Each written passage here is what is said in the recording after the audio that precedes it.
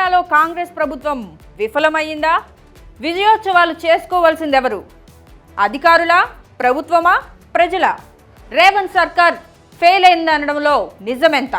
కాంగ్రెస్ ప్రభుత్వం, తెలంగాణ కాంగ్రెస్ ప్రభుత్వం ముఖ్యంగా అతి ప్రధానంగా ఎదుర్కొంటున్న విమర్శ, ఆరోపణ ఏదైనా అవ్వచ్చు. ప్రజల నుంచి వ్యతిరేకత ఎక్కడ స్టార్ట్ అయింది అని అంటే హైడ్రా అనే సంస్థని ప్రవేశపెట్టి రేవంత్ రెడ్డి గారు అక్రమ కట్టడాలని కూల్చివేయడంతో ఇది పెద్ద ఎత్తున ప్రజల్లో వ్యతిరేకతకి కారణమైందని చెప్పొచ్చు.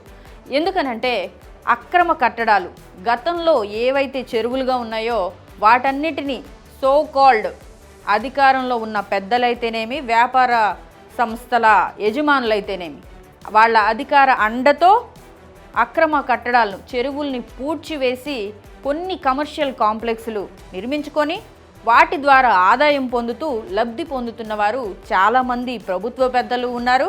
అలాగే మిగతా పార్టీల నాయకులు ఉన్నారు, కొంతమంది వ్యాపారస్తులు కూడా ఉన్నారు.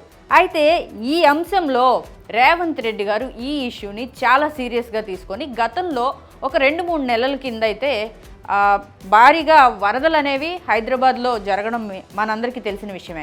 అయితే ఆ వరదల్లో నీరంతా కూడా రోడ్డు మీదకి చేరిపోయి ట్రాఫిక్ అఘాతం కలిగిస్తూ ప్రజల్లో కూడా ఇళ్లల్లో కూడా వెళ్ళిపోయిన సన్నివేశాలు మనం గతంలో చూసాం. సో వీటన్నిటికీ అడ్డుకట్ట వేయాలి, మూలాలు ఎక్కడున్నాయని చెప్పి ఆలోచించి ఈ హైడ్రా సంస్థని ప్రవేశపెట్టారు. అయితే కొంతమంది సొంత పార్టీ నేతల నుంచి కూడా విమర్శలు ఎదుర్కొన్నారు ఈ అంశంలో. అయితే సొంత పార్టీ నేతల్లో కూడా విమర్శలు ఎందుకు ఎదుర్కొన్నారంటే సొంత పార్టీ నేతలు కూడా ఈ అక్రమ కట్టడాల్లో భాగంగా ఉన్నారు కాబట్టి.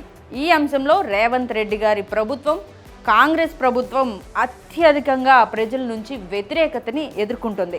ఎందుకనంటే ఒక మధ్యతరగతి వ్యక్తి అందరూ అనుకున్నట్టుగానే ఈ కమర్షియల్ కాంప్లెక్స్లు ఏవైతే ఉన్నాయో మొన్న చూసినట్టయితే కనుక నాగార్జున గారి విషయంలో, ఎన్ కన్వెన్షన్ విషయంలో ఈ హైడ్రా తీసుకున్న నిర్ణయం సబబుగానే అనిపించినా కొంతమంది మధ్యతరగతి ప్రజలు ఎవరైతే ఉంటారో వాళ్ళ ఇళ్లను కూడా కూల్చివేయడం ఇక్కడ ఇంత వ్యతిరేకతకి కారణమైందని చెప్పొచ్చు.